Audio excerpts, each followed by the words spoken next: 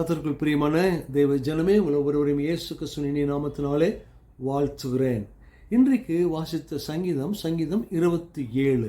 சங்கீதம் 27 அது எப்படி துவங்குகிறது? கர்த்தரின் வெளிச்சம், கர்த்தரின் வெளிச்சமும் என் ரட்சிப்புமானவர், அவர் என்னை ரட்சிக்கிறவர், அவரின் வெளிச்சம். யாருக்கு பயப்படுவேன்? கர்த்தரின் ஜீவனின் பலனானவர், யாருக்கு அஞ்சுவேன்? யாருக்கும் பயப்பட மாட்டேன், யாருக்கும் நான் அஞ்ச மாட்டேன். பாருங்க, இந்த பயம் அப்படிங்கிறது அநேகருக்கு அநேக காரியங்களில் பயம். ஒரு சிலருக்கு கணக்கு வாதியாரை பார்த்தா பயம், மேக்ஸ் டீச்சரு பார்த்தா பயம், அப்பாவை பார்த்தா பயம். ஒரு சில பெண்களுக்கு அம்மாவை பார்த்தால் பயம், ஒரு சிலருக்கு அண்ணாவை பார்த்தால் பயம் இல்லையா, ஒரு சிலருக்கு ரவுடி பார்த்தா பயம், ஒரு சில போலீஸை பார்த்தா பயம். பயம் எல்லா இடங்களிலும் இருக்கிறது, எல்லா இடங்களிலும் இருக்கிறது. அப்புறம் ஒரு பெக்யூலர் பயத்தை குறித்து இன்றைக்கு நான் உங்களுக்கு சொல்ல இருக்கிறேன். என்னன்னா, அதற்கு ஓடோடோன்டோஃபோபியா என்று சொல்லுகிறாங்க. அப்படின்னா டென்டிஸ்ட் பல்லு டாக்டரை பார்த்தா பயம், ஓடோடோன்டோஃபோபியா. பல்லு டாக்டரை பார்த்தா பயம் இருக்கிறது. சின்ன குழந்தைங்களை பல்லு கரை பிடிச்சிருச்சுன்னு கூட்டிகிட்டு போனோம்னா அந்த டாக்டர், பொதுவாக டாக்டரை பார்த்தாலே பயப்படுவாங்க. இது டென்டிஸ்ட்டை பார்த்தா பயப்படுவாங்க, ஏன்னா பல்லு பிடுங்குறவர் இல்லையா, பல்லுக்கு என்ன அரைக்கிறவர் என்னமோ பண்ணுறாரு. அதனால் ஓடோடோன்டோஃபோபியா இது சிறியவர்களுக்கு மாத்திரமல்ல, பெரியவர்களுக்கும் உண்டு. ஒரு 70-80 வயது நிறைந்தவர் கூட ஒரு டென்டிஸ்ட்டை பார்த்தா பயப்படுகிறார். பல்ல பிடுங்கிடுவார், ஊசி போட்டுருவார், பல்லுலேயே ஊசி போட்டுருவார், கம்மில் ஊசி போடுவார். ஸோ இப்படிப்பட்ட பயங்கள் இருக்கிறது. சரி, அப்போது பயப்படும் பொழுது அது நம்ம சகலத்தை முடக்கி விடுகிறது. It paralysis everything. But faith comes. when the faith comes, you will not have any fear. To overcome fear, you have to have faith in God. சரி, ஓகே. இப்போ இங்க என்ன சொல்றார்? 2வது வசனம் வாசிக்கலாம். பயம் இல்லை.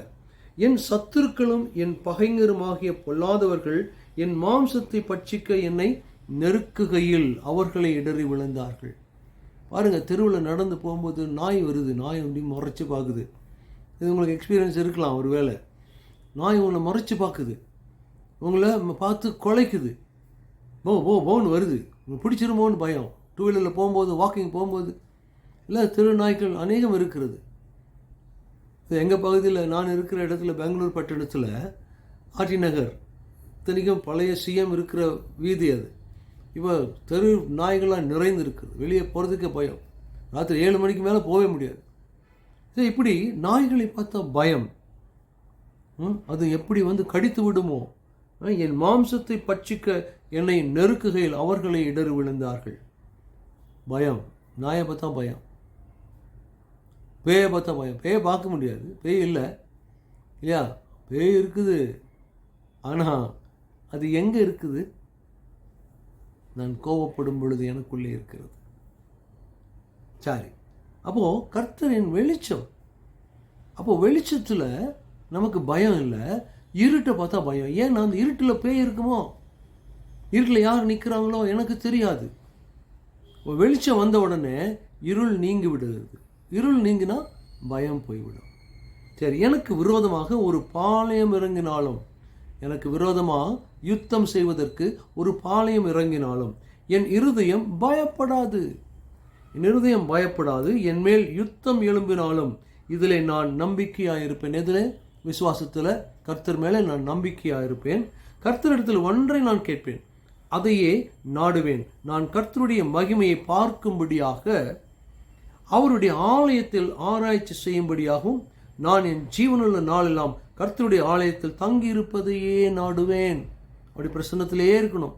தீங்கு நாளில், இந்த டே ஆஃப் ட்ரபிள், தீங்கு நாளில் அவர் என்னை தம்முடைய கூடாரத்தில் மறைத்து, என்னை மறைச்சு வச்சுக்குவார்.